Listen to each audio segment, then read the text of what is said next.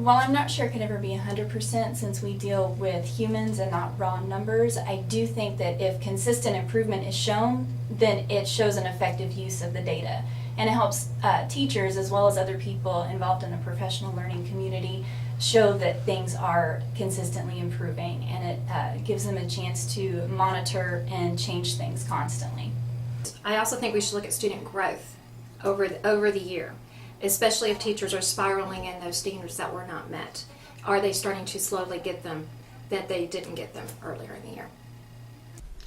I'm not sure if it can. I don't know. I think that the Common Core is coming, and so it's very clear what we need to teach at each grade level, and it will be consistent across all states. But I don't know if teaching a student in Washington State is the same as teaching a student in Wyoming versus a student in an inner city school in New York. With reading is very recursive. It's the type of skill that you're using many different things all at once. So with that assessment each time, it's going to be about the same. I think with other disciplines, with writing, for example, if you're going to separate reading from writing, you can teach a skill set. I think you would have to test the same thing again later on, because we as a school will look at our data and decide who needs tutoring and tutor them in that skill set or wherever they're deficient. If there's no follow-up to test that, I think that's the missing piece for us. This one was the hardest one for me.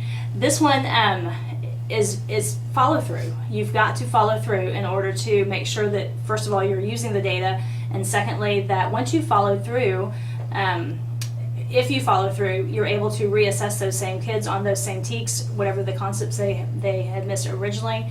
And I think we need to look at it whole group as classroom. We need to look at it school. We need to look at it data from year to year to see if what we're doing is effective. What have we changed that made a difference? What did we not do that we had done before? We need to talk to other schools, find out what they're doing to be effective.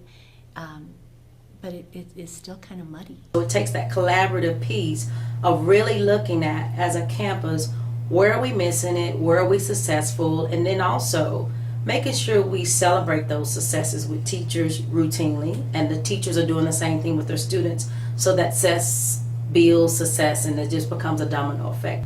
Well, one indication or measure of it is just going to be by looking at that teacher's lesson plans and by looking at what's going on in their classroom. If they are effectively analyzing their assessment data, you're going to see that, because you're going to see them working with kids, you're going to see them reviewing previous concepts, you're going to see that in their lesson plans, that they're factoring that in.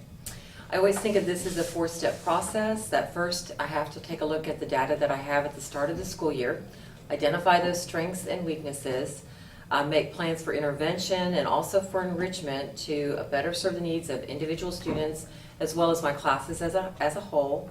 And then afterwards, after they test again, look at that data, see if these instructional decisions were good ones, and if they were, stick with that, use that. Otherwise, try something else.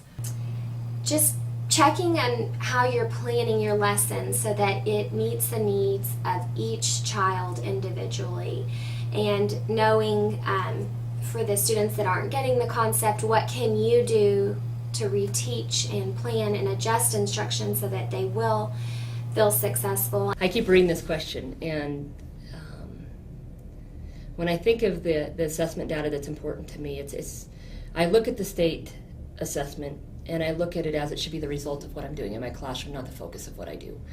If my curriculum's aligned and my strategies in my classroom are working, I'm hoping that will show up as a result on PAWS, which is our state assessment, and also on our district assessment, that we'll start to see those effects coming out in a positive way and see a positive trend. But that's one snapshot.